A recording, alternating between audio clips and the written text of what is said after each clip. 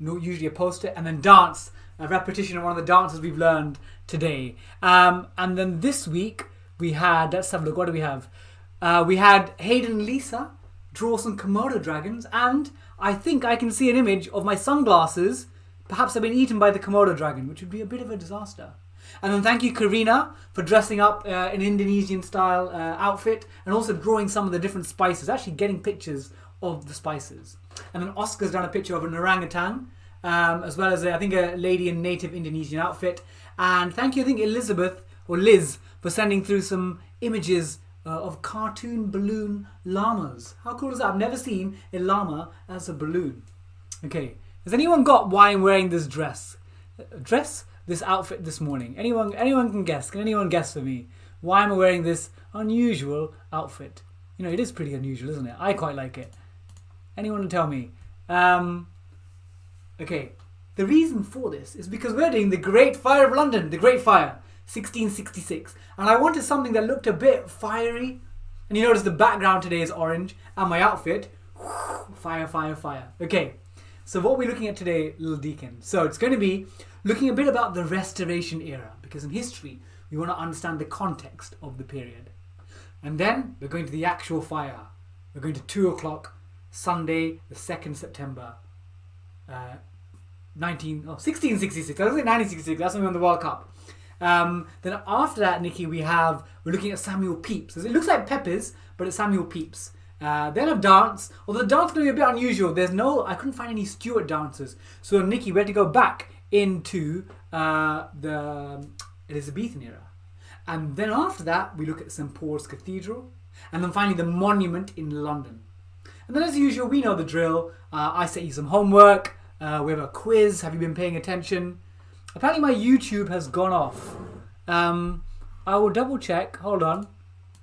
Let's have a look. Ooh, I hope it's on. If it's gone off, come onto the Instagram. Sometimes these things happen with technology. Okay. Then thoughts of Mr. Seagull. So let's get moving with the class. Hold on. Okay. So the journey. We're going to travel back in time. And I've got our normal Back to the Future stuff, but we need to understand a bit of the context of this period. We understand a bit of context. So, in the run-up to the period, in the 1640s, actually I'm going to write down here, in the 1640s, 1642, there was the Civil War in Britain. A big battle. And at the end of this, the monarchy was overthrown. Charles was executed. Charles I was executed. And then Oliver Cromwell became Lord Protector. So Sarita, Oliver Cromwell became Lord Protector. And as a result of this, the monarchy were no longer there. So after Oliver Cromwell, he died, his son, Richard Cromwell, became Lord Protector. But in 1660, we had what is known as the Restoration. And Charles II, he became the monarch. And Charles II actually was the monarch during the Great Fire of London.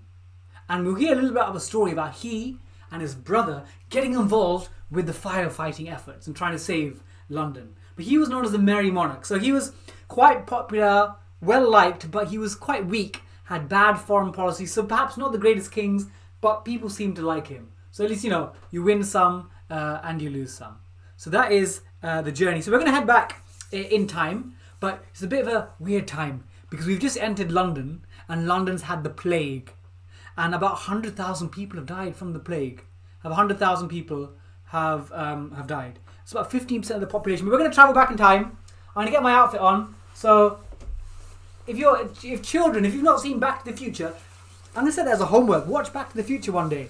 So I'm going to get my jacket on, get my sunglasses on. We're going to travel back in time to 1666. Are you ready? Are you ready? Martha, Oscar, are we all ready for our journey? Yeah? Let's get in. Buckle in. 50 miles, 60, 70, 80, 88. And we're here. We're here in 1660. I better take off my outfit. Look outrageous. So here we are in 1666. As I've told you, we've just experienced the plague. A lot of people have died in London. But we're now arriving in London on September the 2nd, 1966. And it's now about 2 o'clock. And we're going to go into a bakery. We're going to move into... Actually, we're going to a place called Fish Yard. Fish Yard. And just off Fish Yard, there's a place, Eleanor, called Pudding Lane. And the King's baker is a man called Thomas Fariner. And Thomas Fariner has a bit of an accident. He has a bit of an accident and sets off a fire. And initially, people were like, oh, it's just a little fire. They weren't that concerned. But the fire spread like crazy. Like my shirt, the fire spread across London. And as you can see, there's a map there that shows you north of the River Thames in central London. And people wonder, why did the fire spread so quickly? It was for a few reasons. Firstly, the houses were made of this. They were made of wood and straw. And these are things that are combustible. And secondly, they were all packed. You know, like in London or in places, you've got cities that are terraced housing. So you've got wooden houses that are all packed together. So the flames went through from September the 2nd to 5th, taking down lots of properties. In fact, 13,000 houses. In fact, again, let's look at some of the key numbers. We had 13,000 houses. So 13,000 houses taken down. We had 87 churches. And at least 6 people were killed. Most people think it's a lot more than 6, but we have 6 recorded deaths because there would have been some poor people who unfortunately weren't registered in the deaths, but at least 6 people. Which actually, if you think about it, for flames and fires that lasted 4 or 5 days, 6 is not a lot, so there's probably more, but 6 is what we have records for. So back then, when the fire was spreading through London, there was one tactic that they used to use called fire breaking. And fire breaking was, you know that all the houses, like books, you know, all stacked together, stacked next to each other. One tactic was demolish the house in the middle. So there's flames going along and you block this house, you blow it up, whatever, the flames stop moving along. But the Lord Mayor of London, he wasn't keen initially, and they could have stopped the flames spreading. Eventually they did do that, and then the winds changed, the winds died down. And I'll tell you one person who got involved with the efforts. King Charles II, who was the monarch at the time, he got involved with his brother, the Duke of York. So the king was there getting involved with the fire effort. So it shows that everyone was getting stuck in. So obviously it was a great disaster for London. But I'll tell you what, this wasn't the first time London had seen a fire. So there were a few other large fires, if I can write the dates. So you know we've got this one here in 1666. The other fires we had were 798, so 798 AD. Then we also had 982, and then we also had 1212. So there were 3 other large fires that went along. So this wasn't the first one. Okay, so the fire by the 5th was calmed down. And obviously London needed to be rebuilt. But in November the 9th, there was a fire at Horse Guards. And can you imagine the panic then? So was it like just a couple of months after the Great Fire of London, another fire started emerging, but this time people learnt their lessons. So we could have had a second Great Fire. Could have had the Great Fire of London in September and the Great Fire of London in November of 1666. But thankfully, it didn't happen. So you're wondering, how does Mr. Seagull know what's going on? I know Mr. Seagull's got this, cool sunglasses and he can travel back in time. But there's one man in particular that we owe a lot of thanks for having details about this. And we know this guy. This guy is called Samuel Pepys. So Samuel Pepys, back then in the 1660s, it wasn't very common to be able to read or write, but he could. And he, in 1660, let's write this down. So in 1660, Samuel Pepys, he set up a journal, a diary.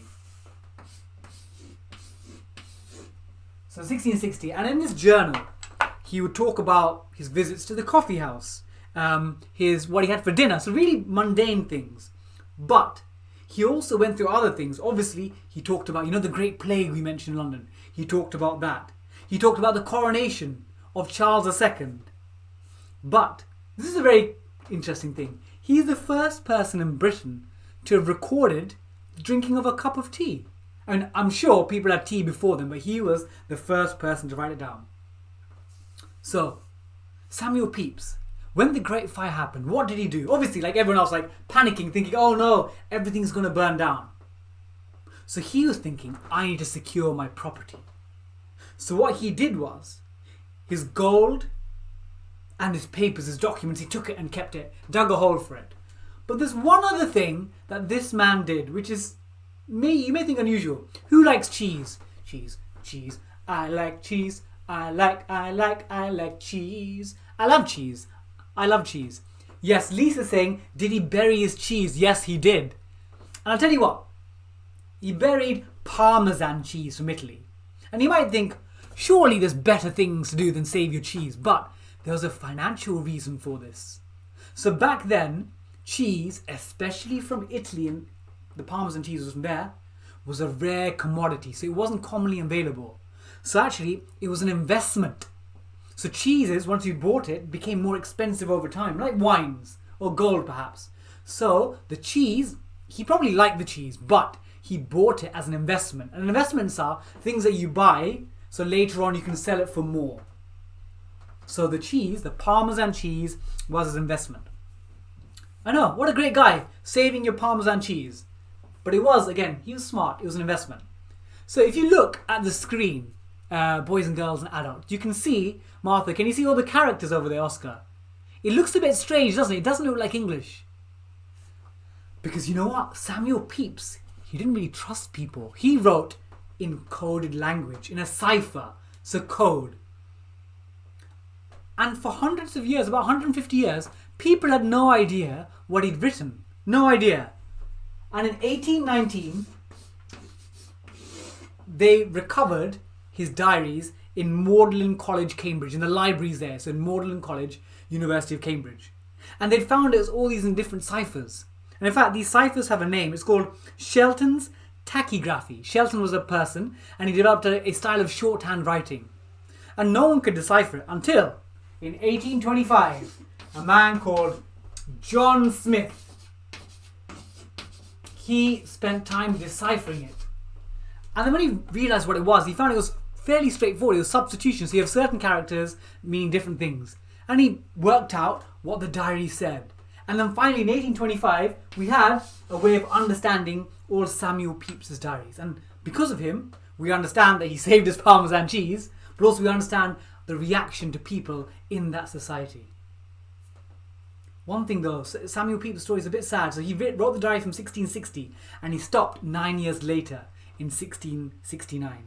And do you know why he stopped? His eyes started failing. So he thought, I can't really keep writing. So it's a bit sad. Nowadays, he probably would have gone to the opticians. But back then, there were no opticians. So Samuel Pepys is someone we owe a great deal for understanding about the Great Fire of London. But if it wasn't for John Smith deciphering the cryptic language, we perhaps would never have heard of Samuel Pepys. There you go. Fascinating story. Okay, we're halfway there. Make sure you're still paying attention. We are now going to do a dance time. So I tried to look up, because this is Stuart period, the Stuarts were on the throne, not the Elizabethans, but I tried to look up the Stuart dancers and I really struggled. So we're a little bit of time travelling again. We're travelling a little bit back, but to Elizabethan dance. So in lockdown, I couldn't really find anything that looked really Elizabethan. I'm sorry. So I've got like a waistcoat that sort of looks like their colour, and I've got a really long a long tailcoat that I'm going to wear. So this is going to be my, imagine this is my, so this is, you have to do double pretend. You have to imagine that we are doing a Stuart dance, but I'm wearing an unusual outfit for an Elizabethan dance. So are you ready? We're going to do some dancing, because I like dancing. Okay, let's have a look at this dance. Are you ready? Are you ready, Martha? You ready, Oscar? You ready, Lisa? We're all ready for the dance. Ready for some dance. Here we go. Let me get this video up. Okay. So a bit of a turn. And again, if Francesca's there, Francesca loves sending the video, and Karina loves doing the dance as well. Ooh, little flick of the feet too. I like that.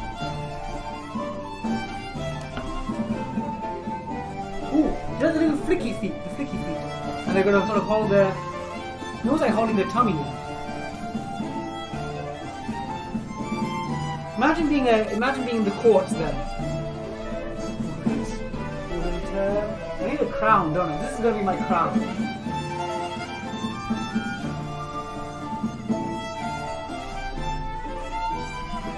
You ready, Martha? How are you doing the dance? This is going to be my Strictly dance when I get on the first week. They'll say, and this week it's Bobby doing the Stuart dance in Elizabethan fashion.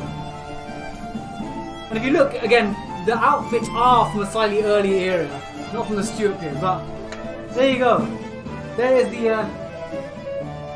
Elizabethan dance. I know it's not quite Stuart, but we'll come back to that at the end. And again, if you enjoy your dances, dance along. Have you ever seen a guy wearing a waistcoat, a teacher with a tiger shirt? No. That's the first for everything. So there we go. We'll come back to that at the end, Oscar. Okay, so now we're going to look at the aftermath. So St. Paul's Cathedral. So this is really interesting. So St. Paul's Cathedral, actually there's been a building or a site of religious worship or a church or a cathedral for 1400 years. So about AD 600, so 1400 years, there'd been something on that site. And actually at one stage, St. Paul's Cathedral, the old one, I think in the year 1300, it was, let me get the correct, it's about 149 meters.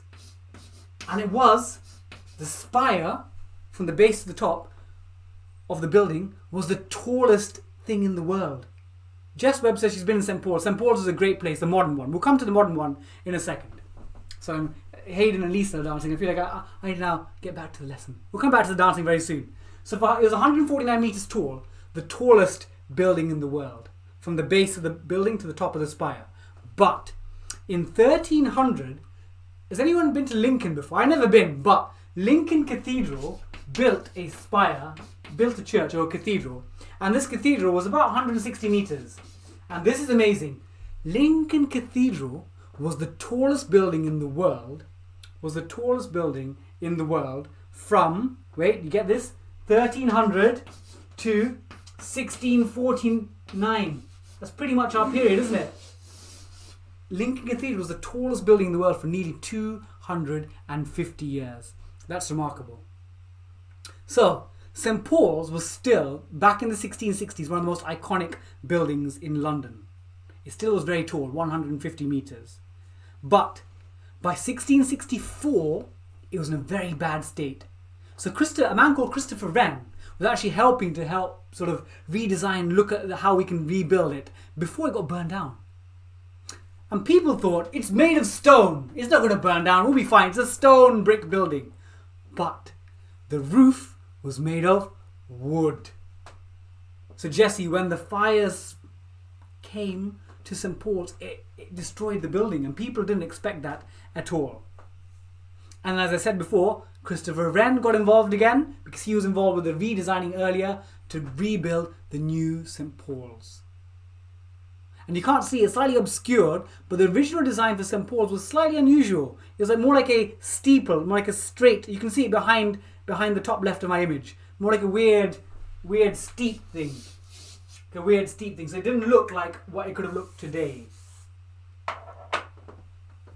So I'll tell you one thing that's really interesting. This is more, the adults will be really interesting. So have you heard of the word insurance before? Insurance. Yeah? You've heard of that? You know, people get insurance for cars or houses or mobile phone insurance. You get something, essentially you're paying small amounts, and if your property or your house or your phone gets damaged, they repair it back, or they pay you so you can buy a new one. So before the Great Fire of London, there was no such thing as insurance. But in 1680, so not very long after, 14 years later, a man called Nicholas Babon, he came up with the idea of fire insurance. So if your property got burned down, you could get insurance for it. And he called his company the Insurance Office. Not a great name. It's not like Aviva or Churchill, but it'll do. He called it the Insurance Office. And 10 years later, by 1690, one in every 10 houses, so that's 10%. 1 in every 10 houses had insurance. And again, it just changed the way people thought. So you could see something like a Great Fire changes the structure of society. So we're going to look at the monument. But a lot of people, historians, say, of course, it was a tragedy that the Great Fire swept through London, killed 6 or more people, destroyed livelihoods, made many people homeless. But London at that stage, wooden, unusual sort of roads, etc. This sped up the redevelopment of the city. One, it ended the bubonic plague. You remember I talked about the plague? It ended that. And secondly, it meant that they could rebuild to the sort of designs that they wanted. So there were, historians admit, ultimately perks for the Great Fire of London. Okay, if you've ever been to London, thank you. Martha's saying she's learning a lot. That's good. I'm very excited. So, the monument in London. The monument in London. This is really exciting. So, I used to work in central London. And you come out of the station and you see this tall stone structure. And it's about, how tall? It's about 61 meters tall. That's 202 feet. So I'm going to write that on the board for you. And I'll tell you something really fascinating about this. So it's 202 feet tall. And that is about 61 meters. So there's a bit of maths there, a bit of conversion for you. So when they built this, it was meant to be a monument to commemorate the Great Fire of London. And if you look, can you see the golden orb at the top? The golden orb has flames. Can you see that the Roberts family has got flames? That's meant to represent the fire. And you know I told you the height, it was 202 feet. And this is a really cool bit of, I think, a bit of maths. So it's 202 feet tall. Imagine that, 202 feet tall.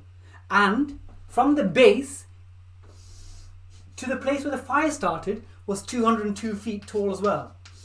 And that's not a coincidence. That's a bit strange, isn't it? So it's 202 feet tall, and 202 feet from the base of the tower, you could get to the starting spot of the Great Fire of London. And that's very cool. That's very cool. I think that's, again, a bit of design. So here's the one thing that I learned, Sue, about the Great Fire of London that I didn't realise. So you know this building here, the monument, which is meant to commemorate the Great Fire. Initially, they had a second plan for this. It's a monument, but the second plan was it was meant to be for science experiments. So at the base of it, they wanted to build a science laboratory. They wanted to build a science lab. And here, they'd have a telescope, they'd have a gravity, pendulum experiments. So can you imagine that? A monument that also doubles up as a science lab. And that was the plan. But because they're in central London, it was too noisy. So they had to scrap those plans, sadly. Lisa's saying separately that she's walked up the monument. It's 311 steps. That is a lot of exercise. Okay, so let's have a look at this. So what's your homework for me this week? So again, I always set this, do, draw, dance. And again, if you're enjoying the classes, you're enjoying my lessons, please feel free to tweet me with a picture of you enjoying the lesson. A few of you do that a lot. Instagram, tag me in a picture or story, or Facebook, share a picture. So I'd love to spread the word because it looks as if classes in primary school are going to be staying under lockdown for a bit longer than we expected. So I'm still going to be here helping you along.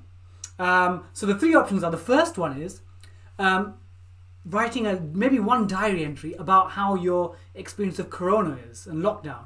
Because Samuel Pepys, he wrote a diary during the plague. I was going to call it the bubonic plague. So how about you write maybe just a couple of short diary entries, maybe only a paragraph, but your experience of the plague of Corona, the lockdown. You can be creative and think about the plague, but write about lockdown and say, oh, I went to Mr. Seagull's class and we learned Stuart dancing. The second option is what a lot of people do, Nikki, is they draw about up to 3 things they learned in today's class. Or the final one is, I know Francesca does this, Karina and Martha, you're welcome to do. Send in a video or a picture of yourself in the dance. And again, I'll share them in the lessons. Okay, I think it's time for Thoughts of Mr. Seagull. Thoughts of Mr. Seagull. So positive ideas to help you progress in your daily life. Okay, so here we are. So take a quick breath, just a quick deep breath. Hold it there. and breathe out. Take a deep breath. And breathe out. Do you feel calmer? So Charlotte, we're going to go to thoughts of Mr. Seagull. So, what usually happens at 9 o'clock? Do you know Monday, Tuesday, Wednesday, Thursday, Friday? Who does something? We know this guy. So this guy is... Oh! I forgot, it's time for your quiz. I can't remember in my own order, Richard. Okay. Quiz. Time for my quiz glasses. Are you ready for your quiz? Are you ready? Have you been paying attention to my lesson? Are you ready, Instagram? Are you ready, YouTube? Are you ready, Rudy, on Twitter? Let's go. Let's go for the test. Okay. I've not been saying hello to my lovely people on Facebook. I'm sorry, Facebook people, I will come respond to you separately. Okay, so your test. Here we go. Question 1. Who was the monarch in 1666? So who was the monarch of England in 1666? Question number 2. What type of cheese did Samuel Pepys save from the Great Fire? What type of cheese did Samuel Pepys save from the Great Fire? And the third one. What was the original second purpose of the monument? What was the original second purpose of the monument? What do you reckon? What do you reckon that is? What, the original second purpose. So Instagram, so Facebook, I can't see your comments. So let me know. So let's have a look. So the first question was, and Facebook, I'll respond to you later. Thank you for taking part. The monarch was, anyone got it? Yeah. Okay, we've got a few people who are getting the type of cheese. So Samuel Pepys saved Parmesan. Well done to a few people on YouTube. Well done, Lisa. Well done, Martha, I think. And the first one was, who was the monarch? Who was the monarch? Susan and Oscar have got it right. Little Deacon's got it right. It was. And Elizabeth, Liz has got it right as well. It was Charles II. And the final one, the original purpose. Let's have a look. Who's anyone got some ideas? Andrew Lawton. I can finally see Facebook. I can finally see people. It is to be a science laboratory. So well done. I can see Karina's got that correct. So thank you. And well done Nikki as well. Well done Nikki. So there we go. So now it's time for my thoughts on Mr. Seagull. I'll do a few shout outs on Facebook towards the end of the class. Like Mayuri's here. Susan's here. Thank you. I missed all your comments. I'm sorry. But now we're ready. We're ready. Okay. So here we go. So a lot of my thoughts of the day are about how you can be mentally stronger. I talked about being kinder, thanking people, having gratitude journals, having reflection. But actually one thing that's really important is that we move around in our bodies. That's how we get around. You know, when we're thinking, when we come to Mr. Seagull's class, our brains are working. When we're doing the dance, you're moving around. So all of us have bodies that we're trying to be active with. So it's not about being, Usain Bolt or Jessica Ennis-Hill or being a boxer, being, the best sportsman. But you do need to keep your bodies moving around. And again, what does it say here?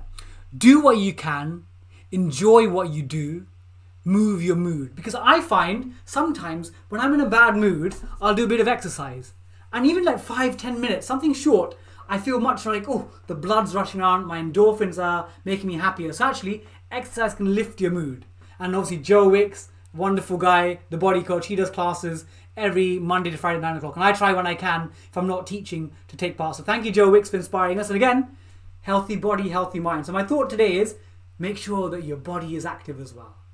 There we go. Okay, so Monk and the Seagull. So this is currently it's on iPlayer. So it's my TV series, my second one, Monk and the Seagull's Genius Adventures. And again, a lot of you've been watching. And if you missed it, it's on iPlayer. But here's the cool bit: the BBC are repeating it again. So they're putting it on.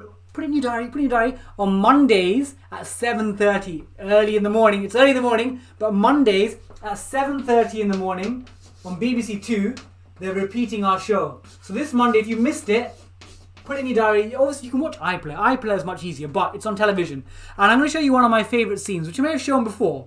But we talked about the rebuilding of St. Paul's Cathedral. And cities are often rebuilt on cement. And cement requires people to use rocks from quarries. So let me show you a scene that my friend and I, we blew up the side of a quarry. Have a look. If I can find it. A small step for Monkman and Seagull. A giant leap for cement manufacturing.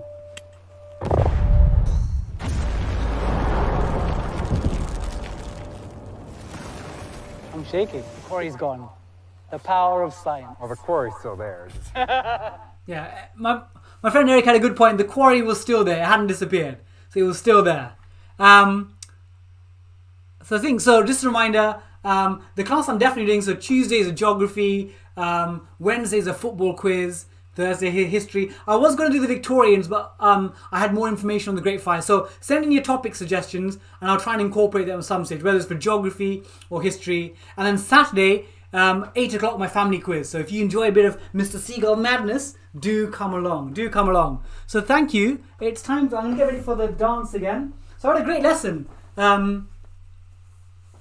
Thank you for joining me, Nikki, Martha, Mayuri, Susan. All of you are wonderful. Thank you, Andrew.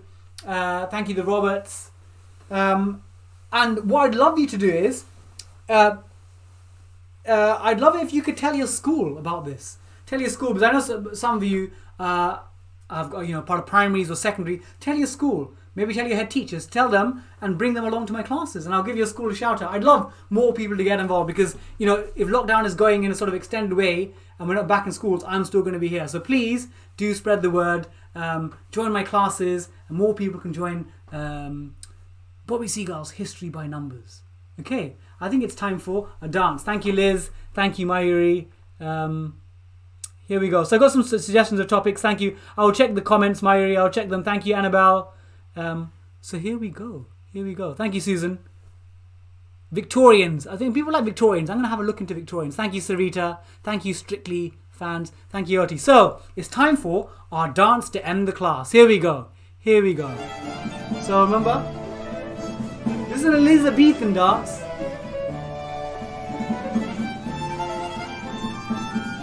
So I know there's not quite Stuart, but ooh, a little flick, shimmy the feet. Thank you, Oti, for coming along and having a look. That's Oti Mabuse, the wonderful Strictly champion. How do you think of my dancing, Oti? What do you reckon? Would I be able to get away with being in the Stuart Elizabethan era? I was like, look, I'm keeping my posture.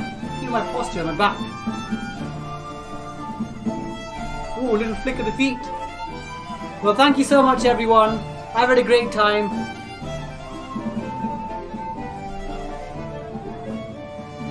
Thank you all. Lots of love for me, Bobby Seagull.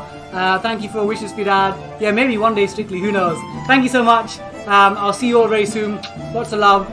Send in your homework. Tag in pictures on Twitter, Instagram. Lots of love. See you soon. Bye-bye.